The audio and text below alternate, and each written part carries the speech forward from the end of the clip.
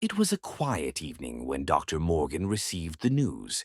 One of the psychiatric patients had escaped. He'd worked at the facility for years and had heard the stories of breakouts before, but this one was different. The patient, known only as Subject 13, had been committed for violent delusions, claiming to hear voices urging him to kill. Dr. Morgan locked his office, feeling the weight of the news. The facility had issued an alert to the nearby towns, warning everyone to stay inside. But Morgan wasn't worried. The building was secure, or so he thought. As he walked down the dim hallway, the flickering lights cast strange shadows on the walls.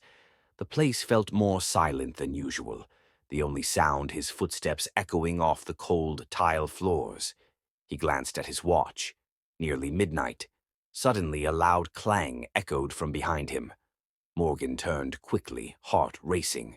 The long corridor was empty. He shook his head and quickened his pace toward the elevator. As he neared it, he heard something, heavy breathing, just behind him. His stomach dropped. Slowly he turned around, and there stood Subject 13. His hospital gown was torn, his face twisted into a sinister smile. In his hand was a bloodied shard of glass. "I told you," Subject 13 whispered, his voice hoarse and shaky. "I can't let them stop me.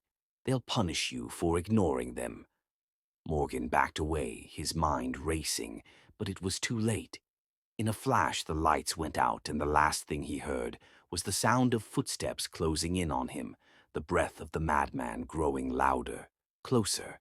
By morning, the hospital was silent. Dr. Morgan was gone, and no one ever saw Subject 13 again. Remember to like and subscribe for more 2 Minutes of Horror.